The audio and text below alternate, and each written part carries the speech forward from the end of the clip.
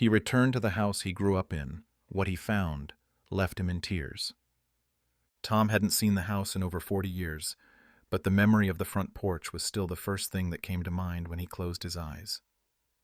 Before we begin, make sure to subscribe if you love meaningful stories, and let me know in the comments where you're watching from. I really enjoy seeing where these stories travel. The drive had been quiet, no music, just the steady hum of the road and the occasional mile marker passing like chapters he'd skipped over. He didn't know why he waited so long. Or maybe he did. Maybe there were places you only returned to when enough of your life had passed to make the ghosts a little quieter. He pulled off the highway just before noon and followed the old back roads through town. Most of the buildings had changed. Some hadn't. The grocery store where his mother used to shop was now a dental office. The gas station was a frozen yogurt place. But the school looked the same. So did the park with the wooden swing set that always leaned too far to the left. When he finally turned down Willow Street, he felt his hands tighten on the wheel without meaning to. His eyes searched for the house before he even saw the numbers. It was smaller than he remembered. Time does that. The trees out front were taller, their roots now lifting the sidewalk in uneven slabs. The paint on the shutters had peeled, and the lawn looked like it hadn't been mowed in a while. But the shape of it, the bones, were the same. Same steep roof, same cracked driveway, same rusted mailbox with the crooked red flag. He parked across the street and just sat there for a moment. There was a for sale sign stuck in the grass, tilted and sun-faded, like it had been there a few weeks. That's how he found out about the listing. An old friend had sent a link in a message that just said, "Recognize this?" Tom hadn't planned to go back, but something about seeing that photo online, blurry as it was, did something to him. He'd stared at it longer than he meant to, and now, here he was. He stepped out of the car slowly. Gravel crunched under his shoes. The air smelled like spring and cut grass and something older, something that felt like childhood, though he couldn't name it. He walked up the drive and stood in front of the porch. The steps creaked as he shifted his weight. He looked at the door. Same frame, new paint. He knocked. No answer. He waited. Knocked again. Still nothing. He turned to leave, but something in the front window caught his eye. A curtain moved. Then a face. Young. A girl, maybe 15, with dark hair and wide eyes. She looked at him for a second, then disappeared. A few moments later, the front door opened halfway. A voice called out, "My mom's not home. Are you here for the listing?" Tom hesitated. "No, I used to live here. A long time ago." She didn't say anything for a moment, then shrugged. "You can come in if you want. She leaves it open sometimes in case a realtor stops by." He looked past her into the house. He didn't plan to walk inside, but something about the way she said it made it feel like more than permission, like an invitation. He stepped over the threshold and felt everything inside him shift. The air was different, older, familiar in a way he didn't expect. The layout was the same. Living room to the left, kitchen straight through. The old coat hook still hung by the door. The girl leaned against the wall and watched him. "It's kind of a weird house," she said. Tom didn't answer. He was already lost in the shape of memory. He had no idea what he would find here, but for the first time in years, he was ready to look. Tom took a slow step forward, letting his hand rest for a moment on the edge of the doorway. His fingers brushed the wood, and he could still feel the spot where the paint never quite covered the scratch he'd made with a screwdriver when he was 10. It was still there, faded, but real. The girl had disappeared down the hall, leaving him alone in the front room. He stood still and let his eyes adjust. The furniture was different, newer, mismatched in the way rentals sometimes were. A gray couch, a coffee table that didn't quite match the rug. But the light coming through the front window was the same. Soft, filtered, the way it always was in the afternoons. His mother used to say the house knew how to be quiet when it needed to. He moved slowly through the room, passing the spot where the old recliner used to sit. That was his father's chair. No one else was allowed in it. Not because he said so, but because they all just understood. It had a squeak in the back leg. Tom used to press on it with his foot just to hear it, like a small reminder that he was still there. The hallway looked shorter now. He walked past the kitchen entrance, pausing just long enough to glance in. The cabinets had been painted white, and the old linoleum was gone. But the window above the sink was still there. He remembered watching rain through that window while drying dishes, his mother humming some tune she never bothered to name. He turned left at the end of the hall and found himself standing in front of what had once been his bedroom. The door was half open. He pushed it gently. Inside, the room was mostly empty. A mattress on the floor. A desk with a missing drawer. One poster taped to the wall. Some band he didn't recognize. But what stopped him wasn't any of that. It was the wallpaper. Stripes. Blue and white. Faded now, peeling at the corners, but still there. He'd picked it out with his mom when he was 11. She wanted something more neutral. He insisted on stripes. She gave in, mostly because she knew he'd get tired of it. He never did. But she always rolled her eyes and said, "You'll see. One day you'll wish we just painted it gray." He stepped inside the room and stood still. The window on the far wall still had the same view of the neighbor's yard. The closet door stuck a little when he pulled it open, just like it used to. In the corner, just above the baseboard, was the dent where he'd once thrown a baseball too hard indoors and lied about it until his dad found out. He sat down slowly on the edge of the mattress, not because he needed to, but because it felt like the only thing to do. The girl appeared in the doorway again. "You really lived here?" He nodded. "From when I was 5 until I left for college." She looked around the room. "It doesn't seem that old."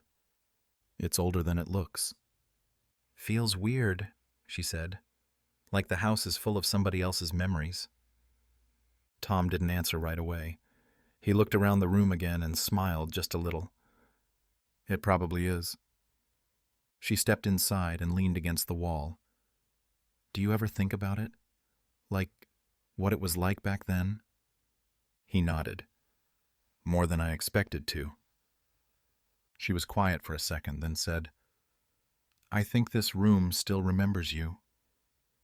He didn't know what to say to that, so he didn't say anything. Instead, he looked at the closet, at the small gap behind the shelf in the back, and remembered something he hadn't thought about in decades. "I think I hid something in there," he said. The girl raised an eyebrow. "What?" "I don't know, but I think I need to find out." Tom crossed the room slowly, stepping over a pair of shoes and an empty laundry basket near the closet. The air in the room was still, almost like it was holding its breath. He crouched down in front of the closet and pushed aside a box of notebooks and a few old t-shirts. The girl watched from behind, arms crossed, but curious. He reached into the back corner, behind the small wooden ledge near the baseboard. It took a few seconds of feeling around before his fingers brushed something. Cardboard. Dusty. About the size of a shoebox. He gripped it and pulled gently. It slid free with a soft scrape, and a small cloud of dust lifted into the air. Tom sat back on his heels and stared at it. It was an old shoebox, one of those plain brown ones with no logo. The edges were worn and the lid was slightly crushed on one side. A rubber band held it shut. He hadn't seen it in decades. He'd forgotten it even existed, but now that it was in his hands, he remembered everything. "What is it?" the girl asked. "I think I used to keep things in here. Stuff I didn't want to lose." "Like what?" He didn't answer right away, just sat down on the floor and carefully removed the rubber band. The lid creaked as he opened it. Inside were small pieces of his childhood. A few baseball cards, corners bent, colors faded. A handful of marbles in a drawstring pouch. A plastic keychain with his old house number on it. A photo of his dog, Max, taken in the backyard when he was about 12. And beneath it all, folded into thirds, a single piece of notebook paper, yellowed with age. His name was written across the top in thick pencil. "To the me who grows up." He blinked at the words. "You wrote that?" the girl asked, leaning a little closer. "I must have. I just don't remember doing it." "Are you going to read it?" Tom unfolded the paper carefully, the creases worn soft from years of being folded and tucked away. He cleared his throat. "Dear me," he read aloud. "If you're reading this, you grew up. I hope you didn't forget the important stuff. I hope you still remember what Mom's laugh sounded like, and the way Dad fixed the porch steps without being asked. I hope you still like peanut butter and jelly. I hope you didn't get too serious, or too scared to cry." He paused. The girl sat down cross-legged across from him. He kept reading. "I hope you have friends. I hope you don't work too much. I hope you go outside. I hope you remember this room, and this house, and Max, and that summer we got the tire swing." He felt his voice catch in his throat. "I hope you didn't forget how to come home." Tom folded the letter back up, carefully, and placed it in the box again. The room was silent for a moment. Then the girl said softly, "That's kind of the best thing I've ever heard." Tom smiled a little, but his eyes were wet. "I forgot I even wrote it." "But you didn't forget everything." He looked around the room one more time. Every corner, every quiet space, the old wallpaper, the dent in the baseboard, the window looking out onto the backyard. "No," he said. "I guess I didn't." The girl stood. "Do you want to keep the box?" He shook his head.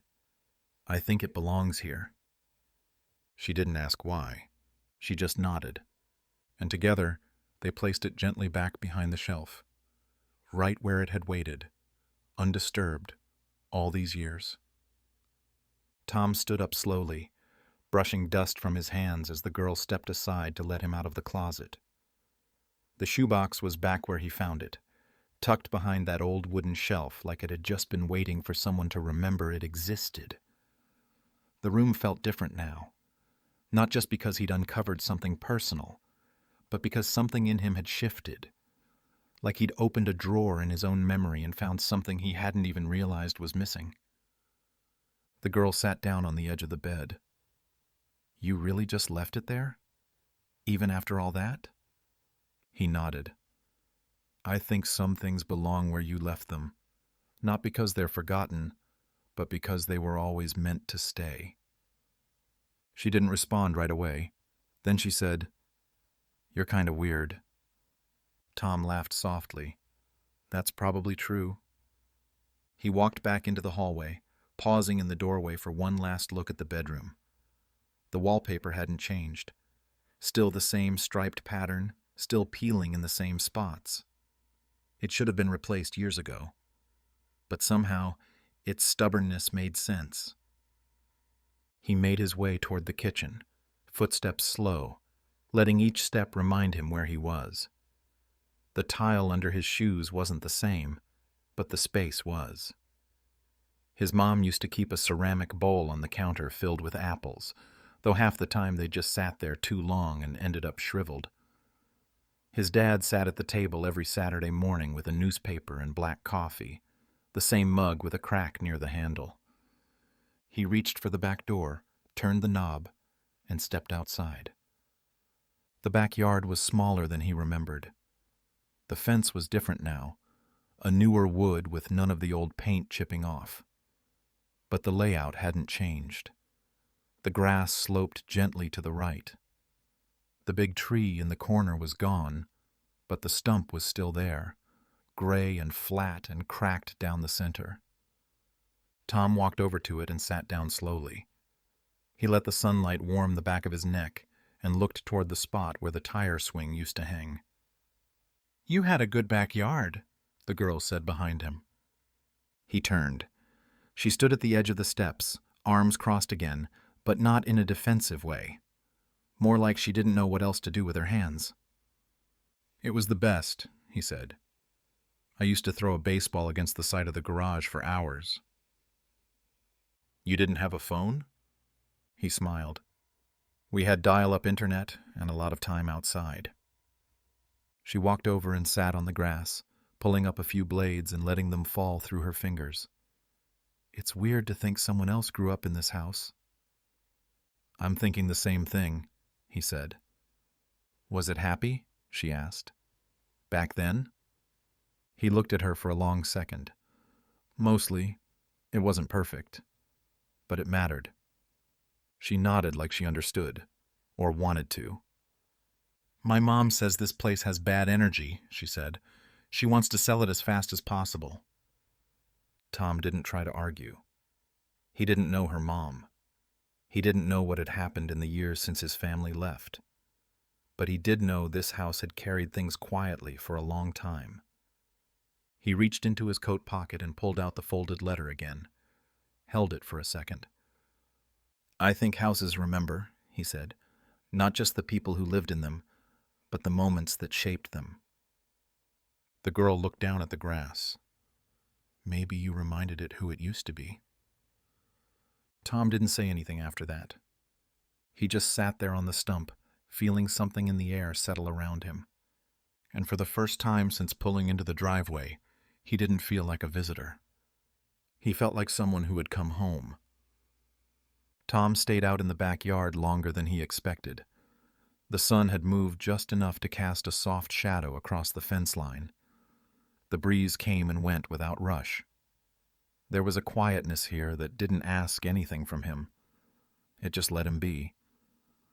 He looked over at the stump beneath him and ran his hand along the top of it. When he was a kid, that tree was everything. It had been the spot where they hung the tire swing, the place where he and his sister buried a time capsule that neither of them ever remembered to dig up. It was where his dad stood and took a picture of him on his 10th birthday, grinning wide, holding a baseball glove that was too big for his hand. That photo still lived somewhere in an old album, probably boxed up in a closet at his apartment back in Chicago. He'd flipped past it plenty of times over the years. Never thought much of it. But right now, it played in his memory like it had just happened. The back door creaked open again. The girl stepped out holding 2 paper cups. "My mom keeps these instant lemonade packets," she said. "They're kind of terrible, but it's all we've got." Tom took the cup and nodded. Terrible lemonade's still lemonade. She sat cross-legged on the grass again. "Did you say you had a sister?" He nodded. "Amy. She was 2 years younger. We used to fight about who got the bigger half of a sandwich." "Where is she now?" "Florida, I think. We talk once a year, usually on Mom's birthday." "That's sad." "It's life." They sat in silence for a while, both sipping their drinks. A bird landed briefly on the fence, chirped twice, and flew away. The girl glanced up at him. "Why'd you leave?" Tom looked out across the yard before answering. "It was time. I wanted to see other places, make my own life. I always thought I'd come back sooner, just never did." She twisted a blade of grass between her fingers. "You think people always mean to come back?" "No," he said. "I think some people never leave, and some carry the leaving with them for years." She didn't say anything for a while. Then, "I don't think we'll stay here long. My mom says it's too much to keep up. Too many things that don't work right." Tom didn't argue. The place had its wear, its corners were tired, the foundation probably needed work. But that wasn't the part that mattered. He stood and looked back at the house. "Do you mind if I check one more thing?" The girl shook her head. "Go ahead." He walked up the steps and back through the kitchen. It still smelled faintly of something familiar, old wood and dust and maybe a trace of lemon cleaner from decades ago. He paused near the pantry, then turned toward the wall beside the fridge. There, barely hanging on a crooked nail, was the old key hook. It was small, simple. A piece of wood shaped like a house with a metal hook sticking out. His dad had made it one afternoon with scraps from the garage. It had been there for as long as Tom could remember. And on the hook, still resting as if it had never been touched, was a single brass key. He reached up and took it in his hand. It was the spare, the one they always left there, even after they installed a deadbolt. It felt heavy, worn smooth from time. He stood there for a long moment, holding the key in his palm. Then he placed it back exactly where it had been. Some things were meant to stay, not because they were useful anymore, but because they told the truth about what used to be. Tom stepped back from the key hook and let the moment settle. He didn't need to take the key. He didn't need to keep it in his pocket to remember. Some things didn't belong in pockets. They belonged where they'd always been. He walked back through the kitchen, his steps slow, taking one more quiet inventory of the space.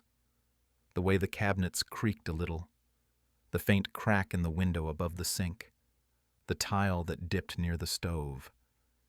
Every detail whispered something, not loudly, not dramatically, just enough to remind him it had all been real.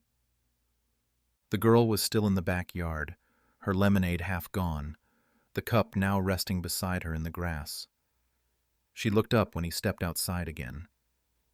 "Find what you were looking for?" He nodded. "I think so." "What was it?" Tom thought for a second. "Proof that it happened, that I was really here." She didn't smile, but her face softened a little. "This house, it doesn't feel like that for us. It just feels like a place we ended up." He sat back down on the stump. "That might be what it felt like for my parents, too.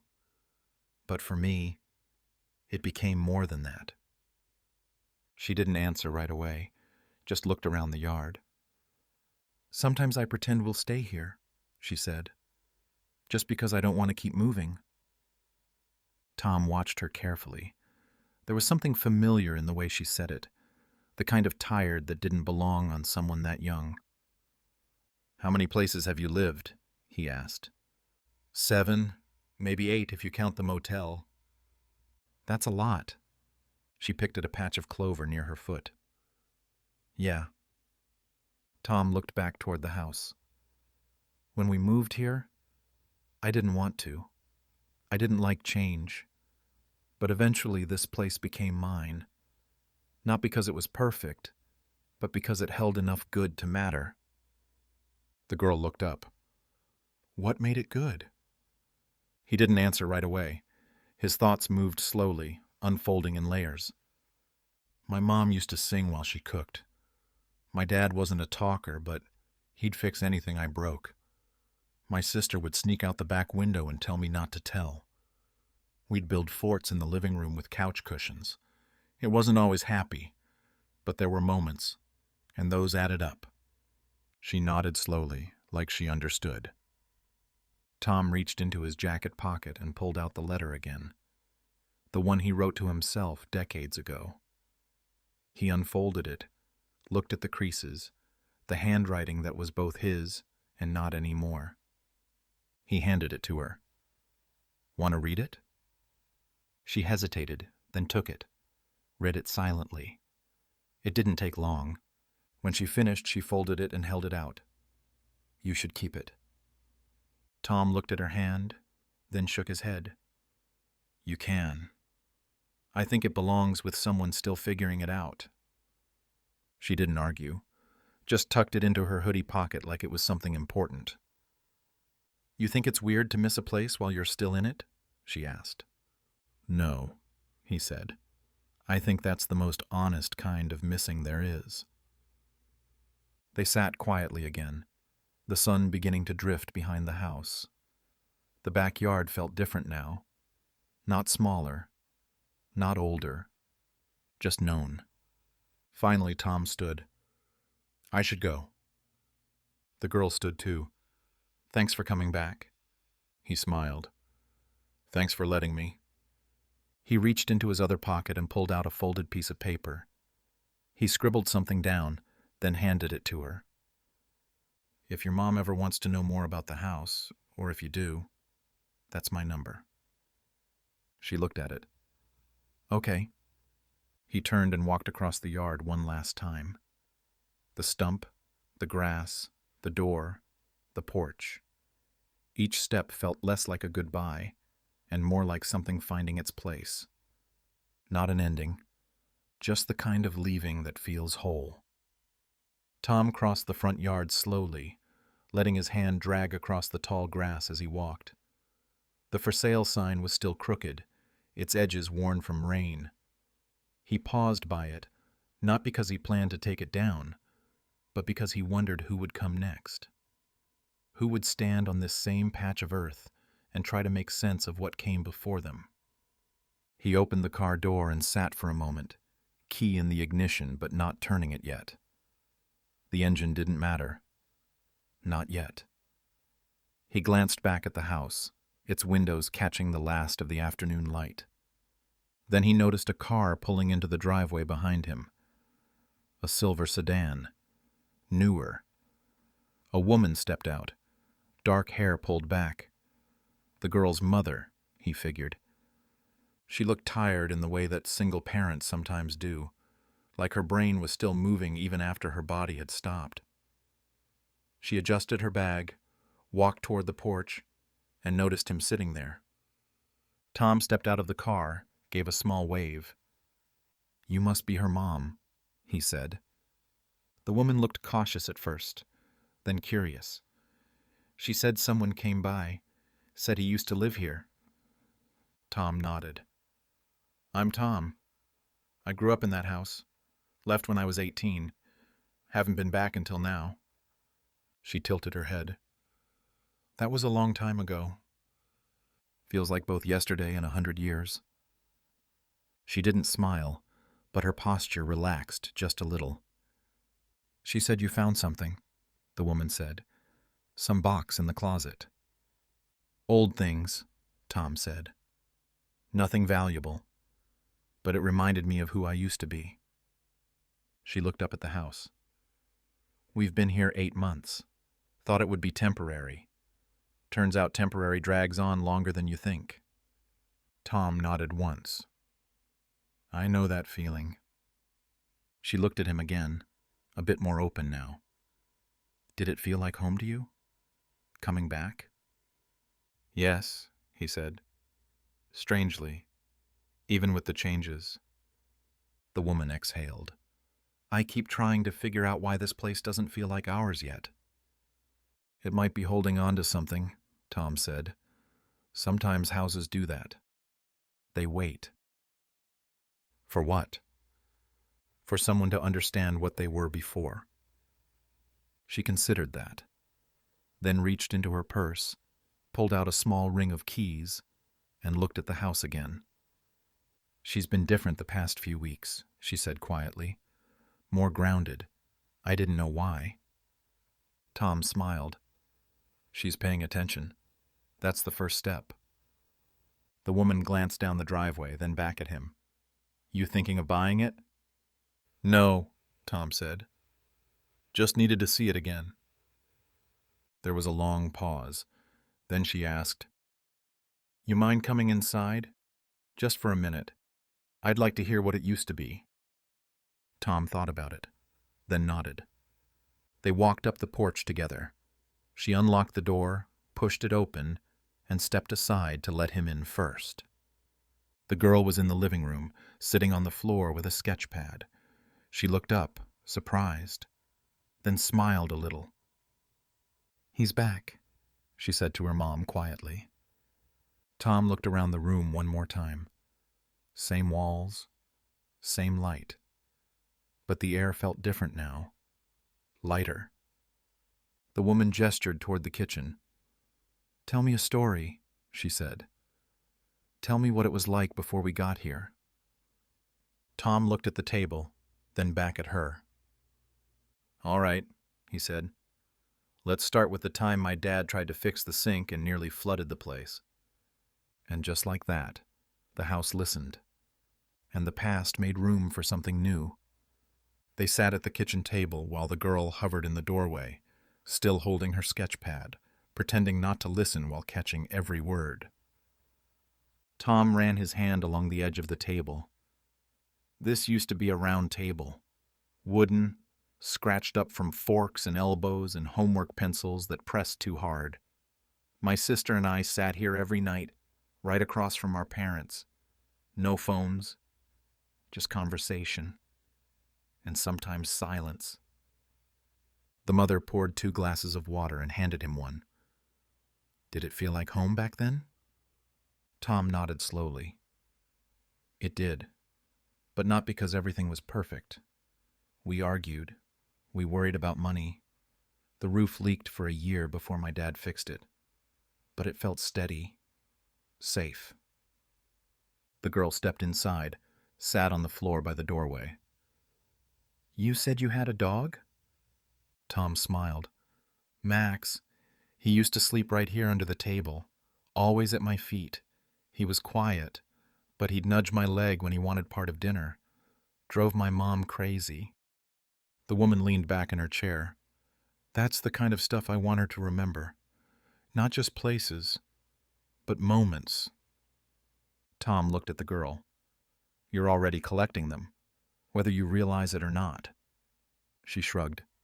"It's just a house." He nodded. "That's what I thought too, until I left it." There was a pause. The mother looked around the room and said, "It creaks at night. I used to think it was the pipes, but now I think it's just the house remembering things." Tom liked that. He stood and walked to the window above the sink, looked out into the backyard. "You're the 5th family to live here after mine," he said. "I know that because I checked the records once. But I bet this place still holds every laugh, every argument, every meal and bad haircut and stormy night, and it keeps them. Not to weigh you down, just to remind you that you're part of something longer." The girl stood up now. She walked over to the counter, then reached into the drawer beside the fridge and pulled something out. It was the letter, folded, creased, handled gently. "I didn't know if I should keep this," she said. Tom looked at it, then looked at her. "You should." She handed it to him. "But I want you to read it again before you go." Tom took the letter and sat back down. He unfolded it slowly. His own handwriting, younger and messier, stared back at him. He read it again, quietly this time, just to himself. And when he finished, he looked up and said, "That kid was hoping I'd remember what mattered." The girl sat next to her mother. "Did you?" "Today I did." They sat like that for a while, not saying much, just letting the silence fill in the spaces where big things didn't need to be said out loud. Eventually, Tom stood. "I should go. I've been here longer than I meant to." The mother nodded, but not with the kind of goodbye that closes a door, more like she understood something had been finished. He walked to the front room, paused by the doorway, and looked back.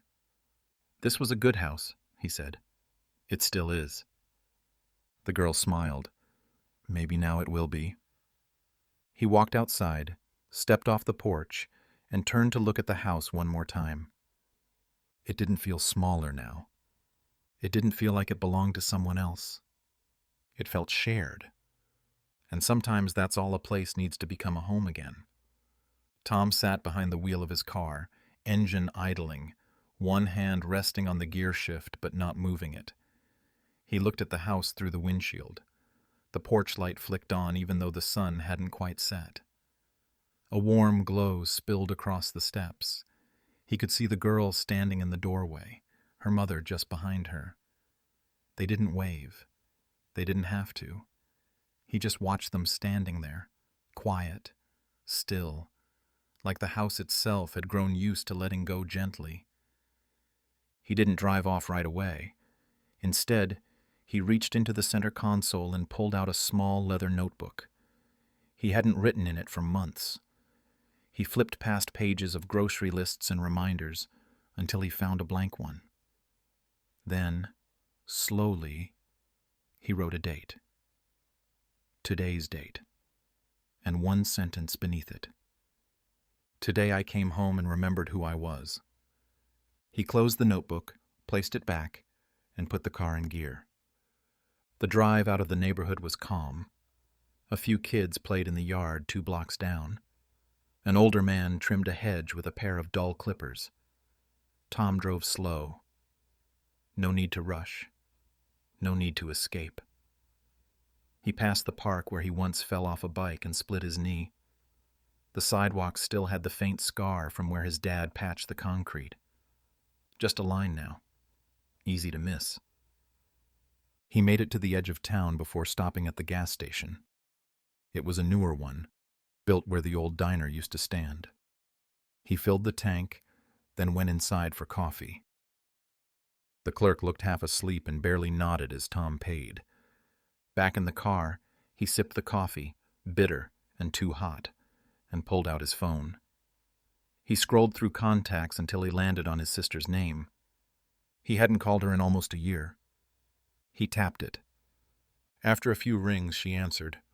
"Tom?" "Hey," he said. "I went back to the house." There was a pause. "You okay?" "Yeah. I found something. A letter I wrote as a kid. I didn't even remember doing it." She laughed quietly. "That sounds like you." "It said I hoped I wouldn't forget where I came from, that I wouldn't get too proud to come home." "And did you?" she asked. "I think I forgot for a while, but not anymore." She was quiet again, then said, "I still remember Mom humming in the kitchen, and Dad sitting with the newspaper, never saying much." "Me too. You think about staying?" "No," he said. "That house belongs to someone else now, but it let me borrow a few memories I didn't know I needed." "I'm glad you went." "Yeah, me too." He ended the call, placed the phone on the seat beside him, and pulled back onto the road. As the miles passed, Tom didn't feel the weight of the visit the way he thought he might. He didn't feel heavy or sad. He felt clear, like something had been laid down carefully, not discarded, just no longer needed in the same way. He'd carried the past quietly for years, in old photos, in stories he never told, in the way he checked the rearview mirror more than he should. Now he carried it differently, not to hold on to it, but to honor where he'd been and who he'd once hoped to be. The road stretched out ahead, steady and familiar. And for the first time in a long while, Tom didn't feel like he was driving away from something. He felt like he was carrying it forward. Thank you for watching. If you enjoy meaningful stories like this, we'd love to have you as a subscriber.